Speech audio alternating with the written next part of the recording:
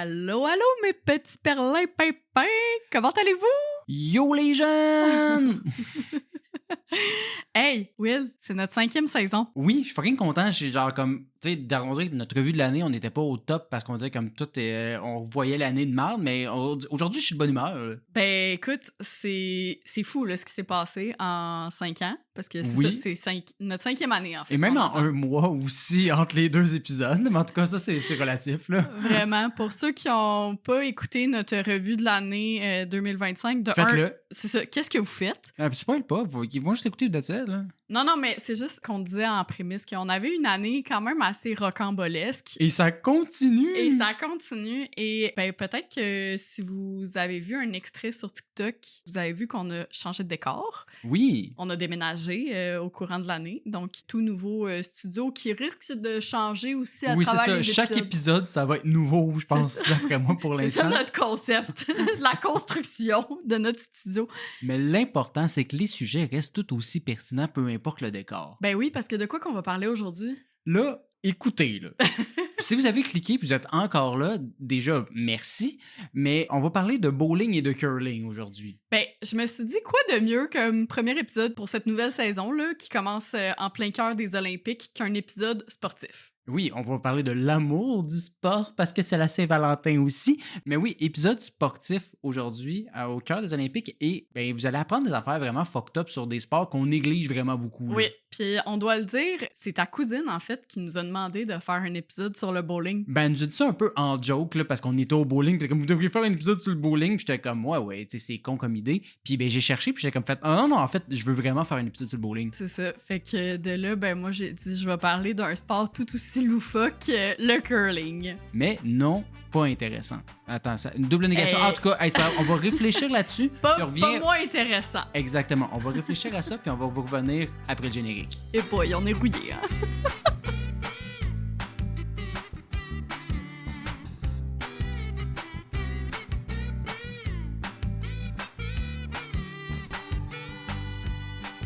Donc, c'est ça, Hélène. Aujourd'hui, je vais parler de bowling. Un sujet que plusieurs pourraient dire, c'est quoi votre problème? Vous aviez si peu d'idées pour commencer votre saison. Tandis qu'au contraire, en fait, j'avais hâte de faire cet épisode-là. C'est pas juste parce que je suis un gros nerd qui joue toujours au bowling. Bon, oui, je suis un gros Ben là, nerd. là. toujours... C'est ça, non, mais je joue une fois par année. Là. Fait que c'est pas pour ça. Fait que c'est pas genre comme je vais vous parler de ma passion, le bowling. C'est pas ça. C'est vraiment genre, j'ai lu des trucs. Je me suis rendu compte que c'est un sport qui a une origine vraiment surprenante, avec des éléments super techniques et niches que personne n'a entendu parler quand ils sont allés au KG+, puis aussi beaucoup plus de gambling qu'on pourrait croire. C'est vrai? Du Oui. gambling au bowling? Oui, mais on va pas y aller tout de suite. Il faut aller, avant toute chose, parler de l'histoire. Hein?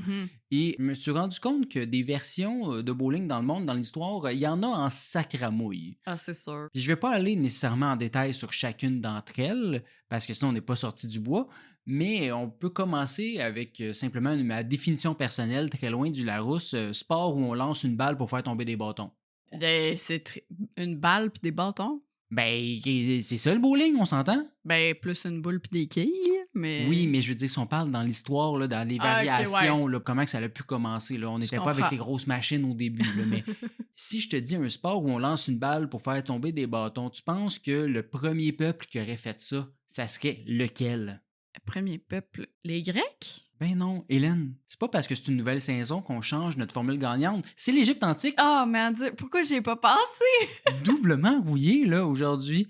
Ben oui, c'est là qu'on aurait retrouvé des dessins représentant des quilles et des boules ou des balles dans une tombe égyptienne datant de 3200 ans avant Jésus-Christ. Quand même. Pourquoi est-ce que quelqu'un se ferait enterrer avec de tels dessins? C'est une excellente question. Mais Ben, c'était un fan, là, c'est clairement. ça, c'est pas juste comme on va l'enterrer avec son jeu de quilles, on va l'enterrer avec un dessin du jeu de quilles. Fait que dessus, on retrouvait 9 quilles en forme de sorte de globe conique. Fait que, mettons, genre, un peu ovale, mais regarde, c'était la meilleure description que je pouvais faire. C'est pas vraiment très, très grave, là. Mais bon, il y a des bouts de bois bizarres. Hey, laissez un like si vous aussi, vous avez fait un AVC. Attends, j'ai pas fini, parce qu'il y a aussi une sorte de trilite. De quoi? Les roches à Stonehenge. Ah Ça oui. s'appelle un trilite. Oui, parce que monolithe, c'est une roche. Ah! C'est trop. Ah! On commence à apprendre des affaires, puis on n'est même pas encore dans le bowling. Fait que, il y a un petit trilite en roche, OK. 9 quilles coniques. Mais ça, c'est pas le croquet ou le Ben, je c'est mélange ça. tout le temps, là. Selon ce que les historiens penseraient, c'est Ouais. que fallait passer la balle à travers ce genre de bout de croquet-là pour avant de faire tomber les quilles. Si tu passais à côté, ça comptait pas. Mais Ah! encore là, on se fie à un dessin d'il y a 3200 ans. Non, 5200 ans, fait que who knows? Il y a un petit, parcours à faire, là, avant Ouais, c'est d'atteindre ça, les quilles. exact. Ah, j'aime ça. On retrouve ensuite des traces du sport dans toutes les autres grandes civilisations de l'histoire parce que, ben, je veux dire, tout le monde est capable d'inventer ça, là, des boules qui font tomber des bâtons. Là. Tu sais, si on était capable d'apprendre à faire le feu à travers le monde, pas besoin que ce soit les Égyptiens qui l'aient transmis à tous. Là où c'est compliqué, par contre, c'est de savoir exactement laquelle de ces 1000 versions a évolué vraiment directement du sport qu'on connaît Mhm. aujourd'hui, donc le bowling. Puis, ben, surprenamment, il y a beaucoup de textes sur le bowling actuel là, de nos jours. Là. Il y a un site que j'ai trouvé, tu pouvais t'abonner pour 45$ par mois pour apprendre tout sur le bowling de nos jours. Je ne l'ai pas fait, désolé. Mais sur l'histoire en tant que telle, il n'y en a pas 1000. OK. Fait que, selon l'encyclopédie Britannica, ça nous proviendrait d'une cérémonie religieuse pratiquée autour du 3e siècle en Allemagne. OK. C'est quand même une bonne curveball dans Ben l'histoire. oui! On est passé dans une toute autre catégorie.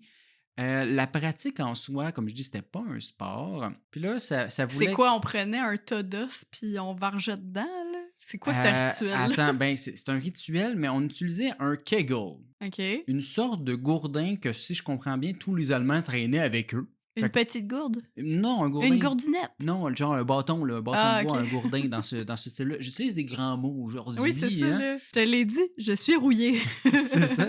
Puis, ben, il utilisait ça un peu comme quille, puis il devait rouler une roche pour faire tomber le dit kegel. OK. Le kegel, dans cette cérémonie-là, représentait tout ce qui était païen, Oh! puis les paroissiens qui réussissaient à le faire tomber étaient alors considérés comme lavés de leurs péchés. C'est une sorte de croisade de... C'est ça. Fait que, mettons, si t'es vraiment pas bon au bowling de nos jours, tes T'étais péchés, excommunié, t'étais là. fait là, à l'époque. Comme les mouches dans l'épisode sur les animaux, les procès des animaux, puis... Tu te souviens-tu de cet épisode? Je pense que c'est saison 1, là. Ça Ouais, date, là. mais je me souviens pas le rapport avec. Ah, c'est Ben, parce il y que c'était avait pas des mouches présenté. qui avaient été excommuniées de Oui, l'Église c'est ça. catholique.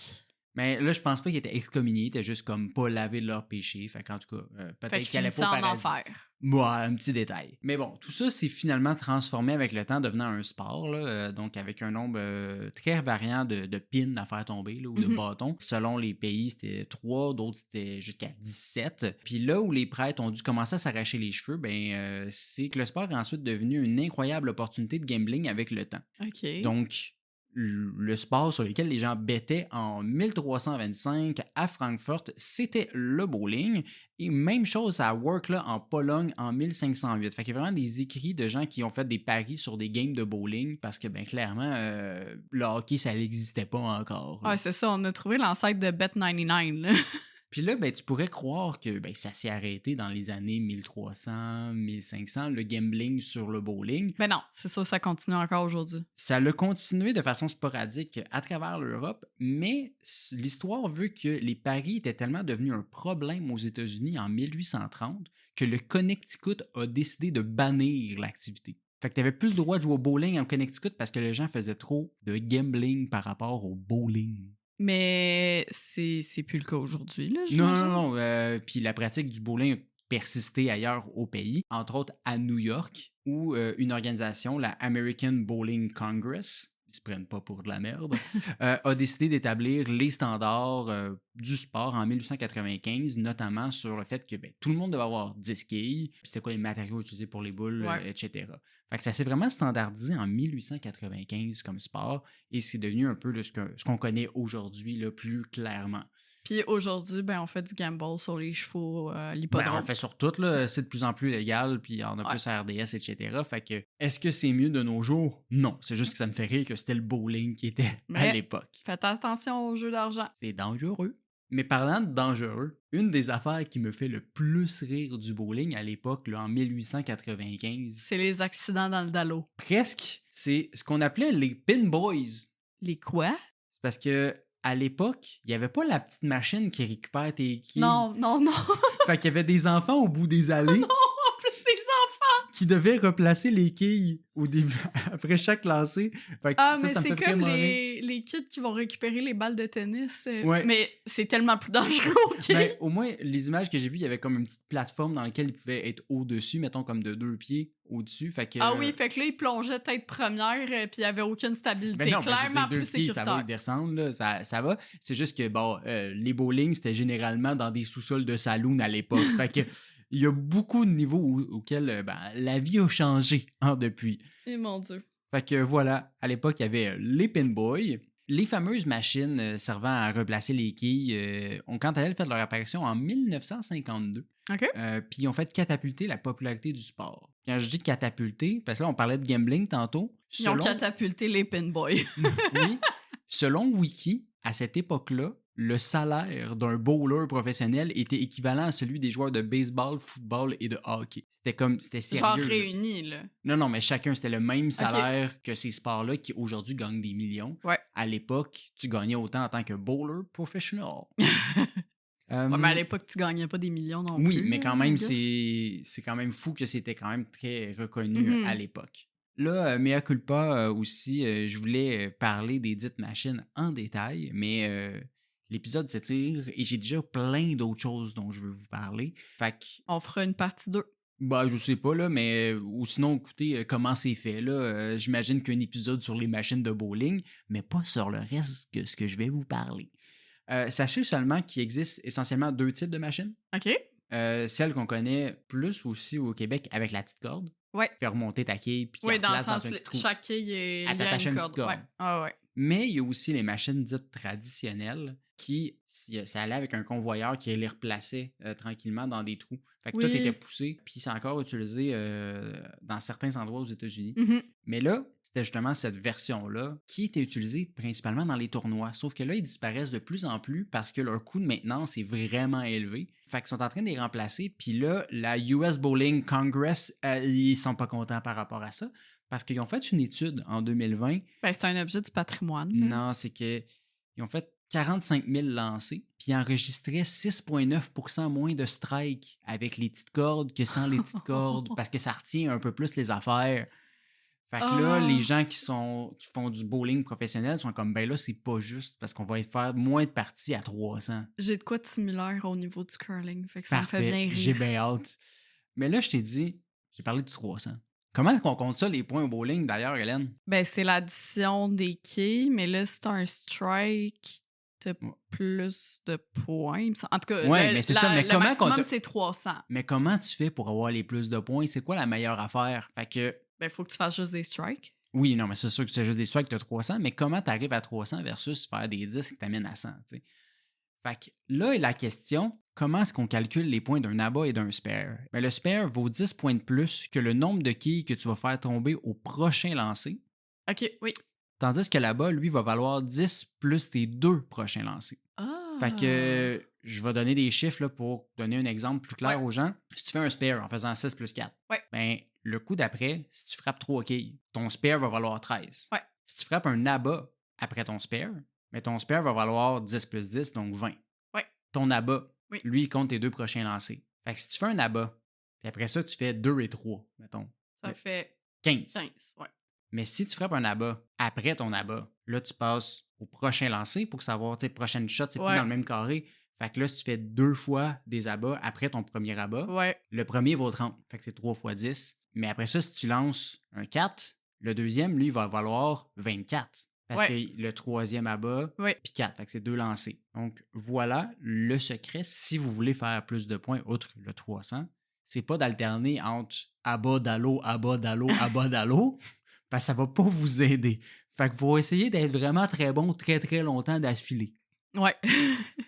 Ou juste faire des strikes tout le long. Oui, c'est ça, mais bonne chance. Parce que c'est bien beau de savoir la théorie, mais on a tous déjà joué sur une allée de quilles où la boule va tout le temps curver à droite de façon super drastique Ouais. pour aucune raison. Puis Genre ben, à la toute fin, là. oui, c'est ça. Elle est drette, puis là, elle fait « Ah, finalement, non, ça me tente plus. » Après la sortie d'autoroute. C'est ça. Fait que là, on a tendance à se dire cette piste-là est croche ou il y a une bosse à quelque part. Puis ben, ça se pourrait, mais il y a d'autres éléments qui ont beaucoup plus de chances de causer ces moments-là. OK. Comme tu le sais, Hélène, les allées de bowling sont huilées. Ouais. Ce qui Fait que les permet... spots qui sont pas bien huilés, c'est là que ça veut. Tu me devances, mais effectivement, c'est pas mal ça. Ben, c'est parce que j'allais le dire. C'est ça. Fait que ben, l'huile, ça permet aux boules de mieux glisser puis augmenter nos rêves de faire des abats. Oui, C'est pour ça d'ailleurs aussi qu'on a des souliers spéciaux. Hein? C'est pour éviter de maganer ces beaux planchers-là oui. et aussi nous permettre de glisser parce que là, tu lances une grosse boule, tu veux pas comme breaker sec en même temps puis te péter à la gueule. Il y a tellement de similitudes avec le curling. C'est le fun. Ben, c'est pour ça qu'on en parle ensemble. C'est ça. Mais tu le sais aussi que cette huile-là, Oui. ça fait que ta boule, là, quand elle revient, là, des fois, elle est gluante dégueulasse. Là. Puis Ça ben, m'écoeure un petit peu, ça. ouais. Si je te disais que ces deux éléments-là peuvent nous faire entrer dans un univers de réflexion et de stratégie vraiment plus complexe qu'on peut se l'imaginer. C'est là qu'on rentre dans la folie un peu de William, puis pourquoi que C'est j'étais ça. comme « Oh mon Dieu, faut que j'en parle de ce sport-là! » Déjà, faut Voyez savoir... avec quoi je vis la gang 24 heures sur 24. Hey, ce podcast-là s'appelle pas Petites Obsessions pour rien, OK? Déjà, faut savoir que toutes les pistes ne sont pas nécessairement huilées de manière égale à la grandeur. Tu parles dans un même salon de quai? Non, là? mais ton allée Ouais. est pas huilée égale tout au long. Ah, ok, je comprends. Je pensais que tu disais, mettons, les allées sur le bord, elles prenaient jamais Non, ça. mais c'est ça. On y arrivera après. Ok. Le pattern typique qu'on va retrouver dans une allée de quilles, c'est plus huilé au milieu, puis Ouais. progressivement de moins en moins de chaque côté. Ouais. La raison est plutôt simple. Plus la piste est huilée, plus la boule a tendance à glisser Ouais. et aller tout droit. Tandis que quand elle est sèche, ta boule a plus tendance à courber ou hook, comme on appelle dans le jargon, ce qui fait qu'elle risque de se diriger plus vers le centre. Fait que c'est Ok. pour ça, entre autres, que tu vas voir ta boule curver drastiquement vers la droite si, Ouais. mettons, tu es vraiment à gauche, parce qu'elle va curver plus pour se rendre vers la partie huilée. Parce qu'il y a un peu plus de résistance pour la boule. Fait que là, ça l'amène à aller vers le huilé pour continuer à glisser. Once again, écoutez bien parce qu'il y a vraiment beaucoup de similitudes avec le curling. Attends, c'est pas fini. Parce qu'il existe d'autres patterns pour ajouter des degrés de difficulté à la game. Ouais. Des fois, ils vont faire une sorte de pyramide. Fait que ça va être plus huilé en avant, puis moins en moins, plus ça avance. Puis Ils vont en aller en triangle. triangle. Ouais, ok. Puis là, ben ça va faire que c'est vraiment plus dur de viser le centre. Parce que là, c'est comme, faut que tu prennes en considération que ça va hook plus rapidement. Rassurez-vous, au Kiorama, c'est vraiment plus une ligne droite au milieu. Là. Fait que Kiorama, ça existe pas, ça, à Montréal. là. C'est juste en genre Trois-Rivières. hey, ben écoute, il y a du monde à l'extérieur de l'île qui nous écoute, là. Non, mais KG+, ou peu importe. Oui, mais là. j'ai déjà parlé de KG Plus avant. Je voulais varier les plaisirs. Je pourrais parler aussi du salon de quilles sur la rue Babé à Joliette, là. Mais bon, regarde, ça, c'est encore plus niche, tu sais. Les vrais savent. Mais là, ça serait trop simple si c'était seulement une question de pattern, tout ça. Parce que si les boules deviennent de plus en plus glissantes puis gluantes, c'est parce qu'elles retirent tranquillement de l'huile sur la piste, Ouais. rendant certaines parties de la piste plus sèches. C'est ce qu'on appelle le processus de breakdown de la piste, c'est-à-dire résulter en plus de friction pour les futures boules qui vont ensuite dévier ou hook plus rapidement parce que des bouts qui avaient de l'huile avant, il y a moins d'huile. Ben, moi, à ma prochaine partie au salon de quilles, je suis la première joueuse. Oui, mais il y a peut-être d'autres gens qui ont joué avant toi. On ne sait pas ce qu'il y a la dernière fois qu'ils ont huilé, tu sais. C'est pas grave. Je suis la première joueuse Mais de ma attends, gang. c'est parce que ça s'arrête pas là, Hélène. Là. Les boules trop huilées, si tu les relances trop huilées, elles vont re-huiler des endroits pas huilés. J'ai mal à la tête. Fait que là, elle va aller sur des endroits secs qui vont devenir glissants. Puis là, ils vont hook trop tard parce que là, c'est trop glissant. Parce que là, tu l'avais lancé en partie sec en pensant que ça allait courber. Mais là, ça va moins courber parce que là, c'est rendu huilé. Du coup, si tu veux devenir un pro du bowling, il faut que tu prennes en considération que la piste devant toi est influencée par tous les lancers précédents de celui-ci. Tout cela va donc influencer à quel point tu vas vouloir essuyer ta boule ou exactement où est-ce que tu vas la lancer pour être sûr de rehuiler ou être sûr que c'est le bout de sec. Fait qu'il faut vraiment que tu checkes tout au long quel est l'angle et le bon niveau de force que tu dois faire quand tu lances si tu veux devenir un professionnel. Puis tout ça, c'est très, très, très compliqué. T'as saigné du nez combien de temps en écrivant cet épisode? Attends, c'est pas fini! Parce que là, j'ai pas parlé du matériel de l'allée et de la viscosité de l'huile. Parce que le bois va créer, par exemple, plus de friction, donc créer plus de chances de bien hook, tandis que les allées synthétiques, elles, vont amener moins de friction et donc moins de hook. Une huile avec beaucoup de viscosité, elle va créer plus de friction et ralentir la boule, versus une qui serait moins visqueuse, qui va être plus glissante et permettre de frapper plus fort. Puis là, tu pourrais dire, je le sais, c'est quelle huile qu'ils ont utilisé, fait que je suis all good. Mais non, parce que c'est influencé aussi par la température et l'humidité, qui va faire aussi jouer le niveau de viscosité. Fait que là, non seulement tu dois savoir quelles boules ont passé où, quel type d'huile sont utilisées, il fait combien, c'est quoi le type de bois. Puis là, tu vas peut-être être capable de faire une game à 300. Je pense que je vais réécouter cet épisode-là en genre vitesse .5 parce que j'ai space out complètement. J'avais une partie de plaisir de le faire trop vite.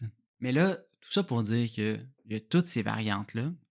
Puis là, ben, tu te dis, ben, je suis à la merci de cette piste qui me fait curver ma balle trop vite Mhm. ou pas assez.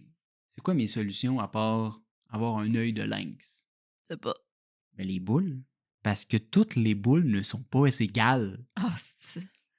Parce que tu as Ben, l'impression. en même temps, c'est vrai qu'il y a du monde qui joue seulement avec leur propre boule. Oui, parce que les boules, il en existe de toutes sortes avec des patterns différents de poids qui vont faire qu'elle va hook plus, moins Ouais. hook, etc. Fait que selon ce qu'ils voient qui arrive, ils vont peut-être changer de boule qu'ils vont utiliser à chacun de leurs lancers. Parce qu'elle, elle va curver plus, puis l'autre, elle va être plus droite, puis elle va aller plus vite. Fait qu'il y a comme plein de formes dedans, plein de matériel, etc. Mhm. Fait que le skieur Mais professionnel choisit la bonne boule à utiliser selon l'occasion. je dois avouer, puis clairement que ça n'a aucun lien de causalité à effet, mais quand on joue au bowling, puis que, mettons, la boule bleue, j'ai fait un strike avec, m'a essayé de continuer à jouer avec des boules bleues. Mais indirectement, c'est peut-être ça aussi. Peut-être que le pattern dedans, je veux dire, je les ai jamais ouvert là, les Oui, Games mais KG+. je veux dire, Là. il y en a comme 10 000 là, des boules bleues au Ouais, KG+. non, mais je là. comprends. Puis c'est ça. Fait que c'est pour ça que des fois, tu lances un peu plus à gauche, puis ça marche, puis des fois, il faut que tu sois un peu plus à droite. Ça dépend à quel point ta piste a été huilée. Ça se peut que la piste sur laquelle tu es, tout le monde a lancé à gauche, fait que ça l'a tout scrappé à la piste. Mhm. Tandis que tu vas jouer une autre fois, puis ça va pas être la même affaire. Fait Ouais. que chaque game est spécial. Fait que c'est ça. Pas pire complexe pour un sport pratiqué en majorité par des gens qui boivent de la Coors Light Flat. Mais voilà, ça fait un peu le tour des éléments principaux à savoir sur ce sport parfois ridiculisé. Puis là, ça, c'est. Je me suis limité aujourd'hui, puis j'étais allé vite sur la Ah, viscosité. je le sens que tu t'es limité. C'est ça le pire. Parce que j'aurais pu parler des quilles finlandaises, du lien avec les bonbons Skittles, du fait que le sport a été banni pendant 300 ans en Angleterre, sauf à Noël, qu'il y a une allée de quilles à la Maison-Blanche où Nixon jouait régulièrement, ou encore que le plus grand salon de quilles au monde se retrouve au Japon et compte 116 allées et peut accueillir 696 joueurs, quoique ben, je viens de le faire un petit peu malgré tout. Fait que c'est ça! Hey, vous devriez voir comment il me regarde, là, comme un petit kid qui a fait une bêtise, puis qui. Comme avec ses petites mains-là. Allô? Bon, ben, écoute, dans les autres sports, ma foi saugrenue, on a le curling, hein. Je veux dire, qui c'est qui s'est dit un jour, m'a faire glisser une pierre sur de la glace, puis m'a balayé devant, puis ça va devenir un sport olympique? Je trouve ça absolument incroyable. Pourquoi le bowling n'est pas aux Olympiques d'ailleurs? C'est pas juste. Oui, mais ça, ta partie est terminée, là, William. Ok. Fait que tu te calmes. Ben, tu parlais de tes affaires aussi là, pendant ma partie. Tu sais. J'ai pas parlé de mes affaires, j'ai dit qu'il y a beaucoup de similitudes. Mais avant de te raconter l'histoire du curling, tu penses que ça a été créé où? Ben, j'aimerais dire au Canada, mais ça pourrait être en Suède, mettons. Non, la bonne réponse serait probablement en Écosse. Comme il n'y avait pas tant d'options de divertissement au 16e siècle, surtout pendant la saison froide, et on sait qu'il fait froid en Écosse, ben, les habitants des Lowlands, ils s'amusaient avec des pierres, sauf qu'ils ne pouvaient pas les faire ricocher sur les étangs ou les rivières parce qu'ils étaient gelés. Fait qu'ils les faisaient glisser. Et ils ont vite remarqué que quand les pierres glissent sur la glace, ben, elles vont pas en ligne droite, mais elles ont plutôt tendance à suivre une courbe. À hook. Mais en fait, c'est de là que vient le nom curling, qui est un dérivé fait que du c'est pas verbe hook, ça curl. curl. C'est ça, curl, qui veut dire faire une boucle. Ceci étant dit, comme toute bonne chose datant de plusieurs siècles, les origines sont contestées. Le révérend écossais John Ramsay il écrivait en 1811 que le curling serait plutôt allemand ou hollandais. Puis cette réflexion-là repose sur l'idée qu'une grande partie de la terminologie a des origines continentales, entre autres Bonspiel, Rink, Wick. Donc, peut-être que le jeu serait d'origine continentale si une partie du vocabulaire est continentale. Quoique les mots peuvent évoluer aussi avec le sport par la suite. Ben, c'est ça, puis c'est contesté aussi parce qu'en 1890, l'historien et révérend John Kerr, il rétorquait qu'il y a plusieurs mots du lexique du curling qui auraient des origines celtiques, comme Boom! crampit, draw, hack, hug, skip, tee. Tous des mots qu'on connaît, là. Ben, je vais y revenir sur certains, là, Ok. mais bref, tu sais, le hug, par exemple, c'est une des lignes là, Ouais. dont je vais te parler plus tard. Ben, c'est comme pour la page Wikipédia du bowling, là, il y avait genre une liste de genre 75 mots que j'ai jamais entendu de ma vie par rapport à ce Exact. sport-là. Là. Exact. Quoi qu'il en soit, l'activité est devenue un événement de rassemblement dans les villages, mais il faut attendre à 1716 pour que le premier club de curling, le Kilsyth Hurling Club, voit le jour et que les règles du jeu soient comme OK. clairement établies. Ouais. Une chose est sûre, si ce ne sont pas les Écossais qui ont inventé ce sport, ce sont certainement eux qui l'ont fait traverser l'Atlantique grâce à la colonisation. Il y aura Est-ce eu... qu'ils ont fait glisser les boules Non. de curling à travers l'Atlantique? Non, non. Mais il y aurait eu au moins ça de positif à la colonisation. Le curling a traversé les frontières et a gagné en popularité au Canada à partir du 19e siècle. La construction du chemin de fer Canadian Pacific a d'ailleurs également contribué à la démocratisation du sport à travers le pays. Oh, les travailleurs, ils traînaient leur petite boule de curling sur l'épaule. Oui! Fun fact, le Royal Montreal Curling Club a été fondé en 1807, ce qui en fait le plus vieux club sportif toujours actif en Amérique du Nord et tout sport confondu, là. Ben, c'est sûr, les États-Unis, ils servaient à rien encore à cette époque-là. Là. Ils servent à Ben rien là, aujourd'hui, mais en tout cas, ça, c'est une autre histoire. En 1807, il existait déjà quand même.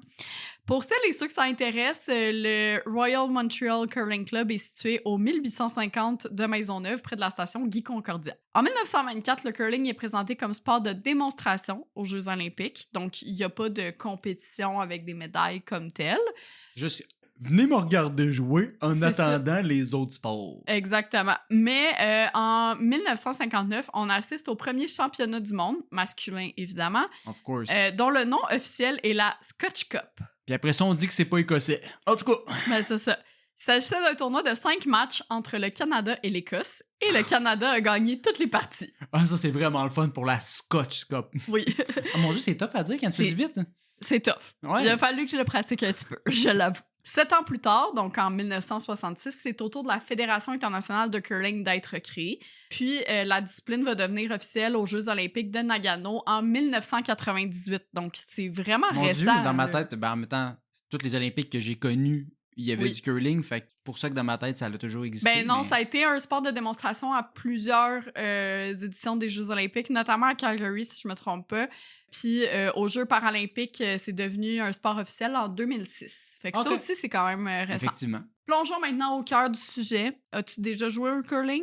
Non, j'ai jamais joué. Mais là, juste comme ce que tu as dit au début, là, j'ai cru comprendre un peu. Là, il a fait des petits liens dans mon cerveau, mais j'ai hâte que tu m'expliques la suite. Mais moi, j'ai joué juste une fois OK. dans le cadre d'une activité de team building avec mon premier stage universitaire. Mhm. Puis c'était quand même vraiment le fun pour vrai. C'est juste qu'on dirait qu'il n'y a pas tant de... Ben, je viens de dire qu'il y a le Montreal Curling Club, mais je dirais que c'est pas tant populaire, mettons, plus au Québec. Ben, tu peux pas tant aller au parc puis jouer au curling. Là, tu sais, Non, il faut que c'est tu ailles ça. à un centre. Là. Exact. Les pierres, elles sont plutôt lourdes. Je sais pas Mhm. si tu te rends compte, là, mais elles pèsent d'environ 20 kilos. Ah, quand même. Aujourd'hui, les pierres, elles sont conçues à partir de granit provenant de 2 endroits dans le monde seulement. Oh, OK, c'est exclusif. Oui. Le Elsa Craig, qui est une petite île en Écosse, et Mhm. la carrière de Trefford au Pays de Galles. Selon les dires, ce granit-là, il serait le plus dur, le plus dense, le plus pur qui existe. Et Mhm. contrairement à d'autres types de granit, il est aussi imperméable à l'humidité, Ah, ce qui est non négligeable quand tu les lances sur de la glace. effectivement. C'est pas mêlant, il est quasi indestructible tellement que certaines pierres servent depuis plus de 40 ans. Oh shit! Ouais. OK, c'est pas comme au hockey là, qui pète un bâton aux 15 minutes. Là. Ben, c'est ça, j'allais dire. Là. Pas sûr qu'un ballon de football ou un bâton de hockey, après 4 décennies, ait la même qualité c'est d'utilisation. bon, non? Autre fun fact, on pense souvent à tort que le dessous des pierres de curling est lisse, puis que toute la superficie est en contact avec de la glace, mais en réalité, elle est concave. Donc, seulement une partie de la pierre touche le sol. C'est comme seulement un anneau, puis si tu veux, l'intérieur de cet anneau-là, il est comme rebombé. Puis cette partie-là rugueuse, ben, c'est ce qui permet à la pierre de suivre le mouvement de rotation que le joueur a voulu lui imposer. Mhm. Les balais, maintenant. Oui. Pourquoi un sport implique-t-il de faire du ménage avec autant de vigueur? Mon guess avec ce qu'on a discuté, c'est que ça fait que ça va glisser plus en ligne droite et moins curvé. Ben, en frottant assez fort et rapidement, les joueurs vont réchauffer la glace, ce qui a pour incidence de réduire la friction et rendre la surface plus glissante, comme tu disais, pour Oh lui yeah. donner la trajectoire souhaitée. Fait que, tu sais, on va frotter dans un sens pour l'amener dans un sens, etc. C'est pas pour rien que les deux sports finissent par ligne. Fait que, autrement dit, quand on frotte la glace, la pierre elle va plus loin et sur une trajectoire plus droite. Mais pas au handisport du curling. Quoi? pas au handisport du curling. Fait que la version pour les personnes avec un handicap. Ah, OK, excusez, je connaissais pas le terme. Parce que, ben, ils n'ont pas un balai, mais une perche télescopique. OK. Étant donné que beaucoup de ces personnes-là, par exemple, sont en fauteuil roulant, Mhm. donc elles ne peuvent pas nécessairement se déplacer sur la glace et tout. Ce qui fait qu'il faut d'autant plus de précision quand on pratique du curling de façon handisport. Mhm. Les premiers balais, évidemment, comme tu t'en doutes sûrement, étaient des vrais balais avec de la paille. Ouais. Le problème ici, c'est que ça laissait des résidus sur la glace et ça Ça, j'allais. nécessitait aussi un plus gros effort physique. Parce que c'était lourd. Ben, C'est quand même un gros, c'est pas pratique. C'est pas... Ben, c'est pas pratique, puis c'est aussi, il faut frotter vraiment plus parce que maintenant, c'est comme des brosses, là. Mhm. Avant, c'était juste le balai, fait qu'il fallait frotter vraiment plus fort pour réchauffer la glace. Là, moi, j'avais une image genre d'un balai de concierge et non genre le petit balai là, de sorcière, là, ce qui, ça devrait être beaucoup plus difficile à balayer. Là, Ben non, mais c'était comme un balai de sorcière, là, ouais. c'est ça. Ouais, Puis, ça, c'est clairement chiant. c'était tellement un gros effort physique que selon le joueur Guy Hemmings, il y a certains balais qui ne duraient que 2 parties. Ouais, fait qu'on Ça est te loin coûtait du cher du 40 balai, ans là. de la boule. Là. Non, c'est ça. Les balais brosses sont arrivés avec évidemment de nombreux avantages, dont une plus grande facilité d'utilisation, une meilleure résistance, Mhm. mais ils perdaient quand même des poils sur la glace, Ok. ce qui est pas... Normal, I guess, mais... Ce qui est normal, mais qui est pas Idéal. avantageux. Ouais, ça, idéal pour la partie. Fait qu'aujourd'hui, les brosses, elles vont ressembler plus à des effaces de tableau avec une couche de fibres synthétiques. Il n'y a pas de poils. Intéressant. Je savais pas. Puis, bien évidemment, avec un manche, là. Ouais, mais c'est pas genre les faces à tableau à genoux à terre, là. Non, c'est ça. Autre élément important, les chaussures. Oui. T'en parlais pour le bowling. Ben, Faut pas que t'aies des crampons, clairement. Là. Non, au curling, t'as 2 chaussures différentes. Ah, t'en as une qui est rugueuse puis une qui glisse. Exact. Une semelle ultra glissante qu'on appelle le slider et une semelle antidérapante qu'on appelle le gripper. Chacune de ces semelles-là a une fonction spécifique, évidemment, soit permettre un mouvement fluide ou s'assurer une certaine stabilité sur la glace parce que, ben, tu glisses, tu te pètes la tête, c'est pas drôle. Tu C'est peux pas continuer ta partie. idéal, mettons. Justement, parlant de glace, on pourrait croire que les patinoires utilisées au curling sont pareilles que celles pour jouer au hockey, patiner, etc. La glace, c'est de la glace, là, ouais. Exact. Mais non, il y a quelques différences notables. Ok. Fait que tu pourrais pas techniquement aller jouer au curling au Centre Bell. OK, ben je pense pas qu'il me laisserait, mais oui, d'accord. Non, mais au curling, la glace doit être particulièrement bien entretenue. Il peut pas y avoir aucun dénivelé ou fissure dans la glace parce que ben ça peut faire dévier les pierres, etc. Par contre, la texture est quand même granuleuse de la glace, ce qui est étonnant. Mais c'est que pour l'arroser, ils vont utiliser un boyau d'arrosage avec des trous comme une passoire, si tu veux, pour créer des aspérités semblables à des gouttelettes. Fait qu'il y a comme des micro-gouttelettes d'eau sur la glace qui fait en sorte que la surface est un petit peu plus granuleuse. Puis on appelle ces gouttelettes-là des cailloux et ça permet d'éviter la succion de la pierre à cause de la forme concave, justement, qu'on avait en dessous de la pierre. Puis ça lui permet également d'aller plus loin. La température est aussi évidemment un facteur qui entre en jeu, donc elle doit être constante. Et passons aux règles maintenant. Le but est simple, faire glisser des pierres en granit pour qu'elles s'arrêtent le plus près possible du milieu de la cible, qu'on appelle la maison, et qui se trouve à environ 45 mètres de la ligne de départ. C'est comme une pétanque glacée, là. Ben, c'est ça, un peu comme à la pétanque, sauf qu'il n'y a pas de balai ou de râteau. Seule l'équipe qui a mis une de ces pierres au plus proche du centre récolte des points. Ouais. Elle obtient alors 1 point par pierre mieux placée que la plus proche de l'équipe adverse. Et les équipes sont composées de 4 joueurs. Chacun lance 2 pierres, donc elles peuvent au maximum faire 8 points par manche. Ouais. De manière générale, là, une partie va compter 8 ou 10 manches.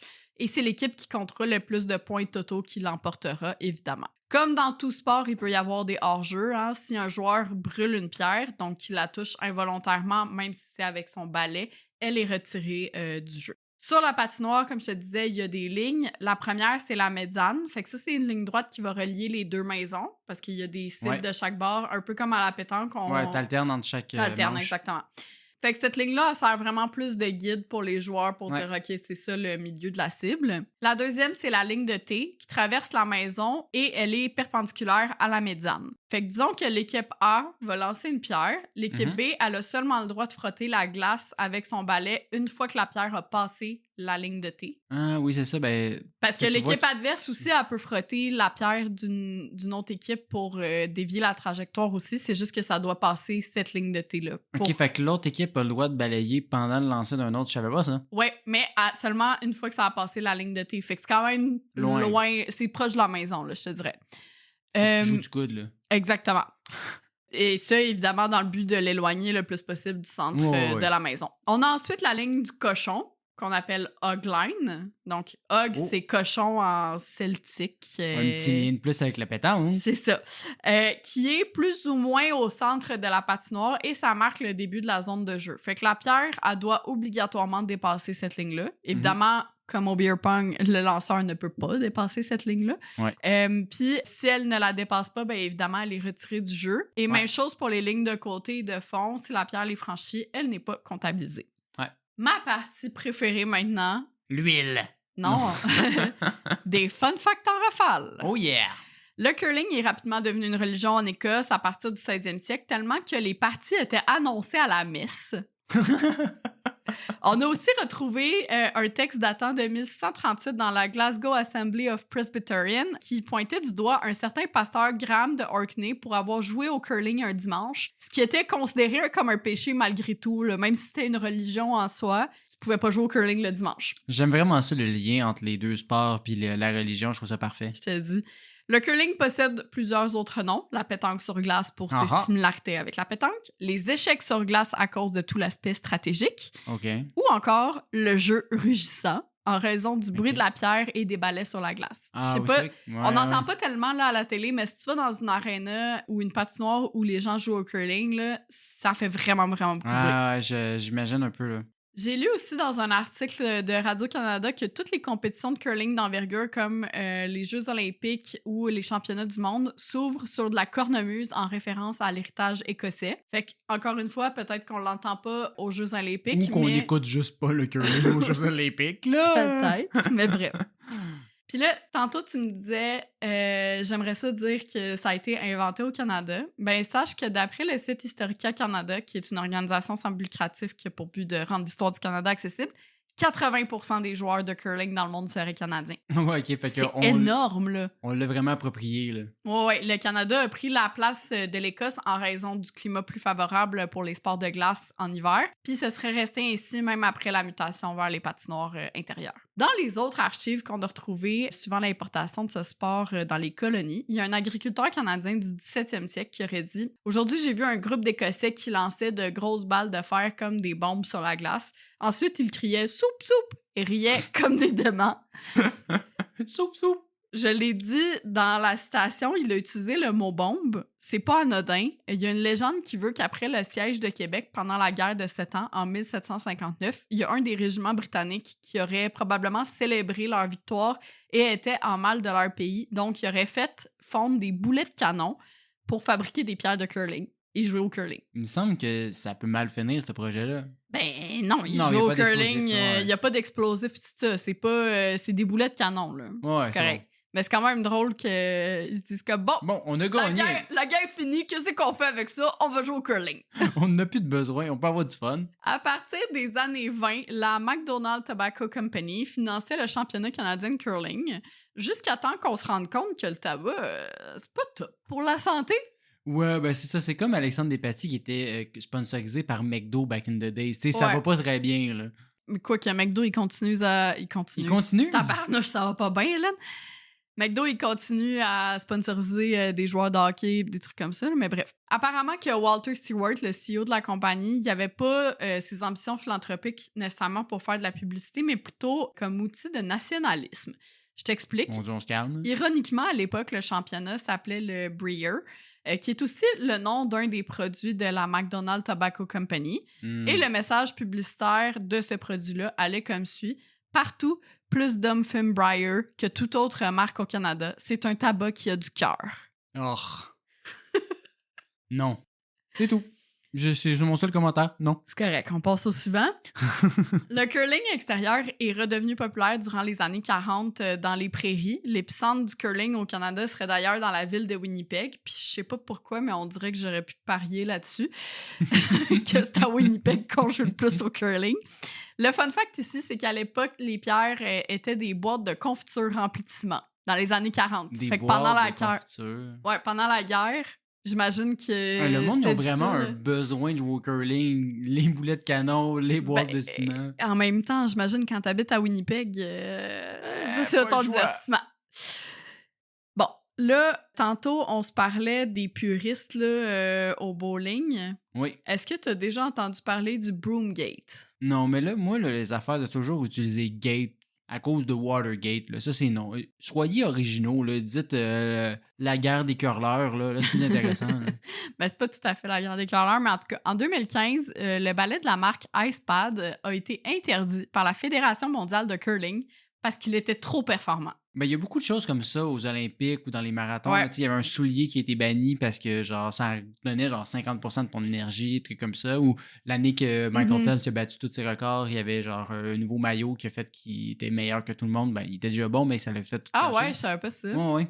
Intéressant. Mais justement, ça fâchait les puristes, ce ballet-là, parce que ça affectait l'intégrité du sport dans le sens où ils considèrent que pour eux, la technique, c'est pas mal plus important que l'équipement. Fait que Mhm. d'avoir un équipement plus standard, c'est ce qu'ils voulaient. Je pense que ça, c'est mon fun fact préféré. Les Beatles ont failli mourir à cause d'une pierre de curling. Ça sonne comme une exagération.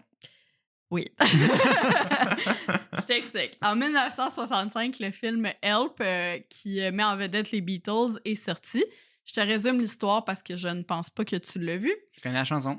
Ringo Starr, il reçoit une bague supposément d'un fan, sauf que cette bague-là, elle est un objet sacré pour une certaine secte qui fera tout pour la récupérer parce qu'ils Ben, veulent voyons. faire un sacrifice puis ils ont besoin de la bague. Bref. Ça allait, les Beatles? Attends, il y a un scientifique fou qui va aussi s'intéresser aux bijoux parce qu'un gourou, c'était pas assez. Pour Bref, l'instant, l'histoire de la mort avec une boule de curling ne peut pas topper l'histoire de ce film-là. tout ça pour dire que dans le film qui a été tourné en Autriche, il y a une scène où les Beatles jouent tranquillement au curling. Puis pendant ce temps-là, non loin, le scientifique fou en question prépare une pierre de curling piégée avec une bombe dans le but d'anéantir le groupe et de récupérer la fameuse bague. Ah, fait que c'est pas pour vrai, c'est dans un C'est dans le film. Mais ils sont pas morts dans le film, de ce que j'ai compris. J'ai pas écouté le film non Ben, plus. mais en tout cas, j'imagine que le film des Beatles finit bien pour les Beatles, normalement. là. j'imagine. Traditionnellement, les gagnants offrent une bière aux perdants, mais certains clubs de curling ont parfois des règles propres à eux. C'était le cas du Royal Montreal Curling Club dont je t'ai parlé tantôt. Ouais. Jadis, dans les règlements, il était inscrit que l'équipe perdante devait régaler tout le monde en offrant un bol de whisky chaud. Le whisky et le Nice. curling ont pratiquement toujours été associés ensemble, comme le pastis et la pétanque. I mean, l'Écosse. Ben c'est ça, ce qui en fait, en quelque sorte, un des premiers jeux à boire. Ah, love it. Enfin, si vous avez de la difficulté à considérer le curling comme un vrai sport, la Harvard Medical School aurait conclu qu'une partie de curling serait l'équivalent d'une marche de 8 km en termes d'activité physique. Ok, quand même. Fait que quand T'sais, même. on dirait que c'est pas tant que ça, mais c'est quand même. Ben là, 8 km. Non, mais je veux dire, hey, Quand est-ce que tu as marché 8 km la non, mais je dernière veux dire, fois? c'est sûr que tes bras brûlent les têtes à la fin de ta game. Oui, oui, c'est ça. Fait que voilà, Will, Ouais. qui conclut notre premier épisode de cette 5e saison. Je sais pas les gens qui nous écoutent, mais j'ai trouvé cet épisode vraiment fascinant. Oui, Pour vraiment. vrai, comme la prémisse, ha ha ha, épisode vraiment nice. Vraiment cool. Ça me hype tellement pour la suite de la saison. Oh, yes! Fait que merci de nous avoir écoutés. Puis justement, si vous êtes hype, vous aussi, n'oubliez pas de vous abonner sur toutes les plateformes. On est là sur toutes les plateformes d'écoute de podcasts. Fait que Spotify, Apple Podcast. Ouais, c'est ça les oui. mots. J'oublie tout le temps. Je suis rouillé moi aussi. Fait que peu importe la plateforme, on est là. YouTube. YouTube, oui, effectivement. Et ben, suivez-nous sur les réseaux, fait que Instagram, TikTok, Facebook, où est-ce qu'on va aussi mettre des extraits des podcasts, ainsi que ben, d'autres petits fun facts d'environ 1 minute de manière générale. Fait que n'oubliez pas de vous abonner partout, d'en parler à tout le monde, puis de ben, passer une bonne journée. Ben c'est ça, puis revenez-nous dans 2 semaines pour un Exact. autre épisode. Yes. Bye! Bye!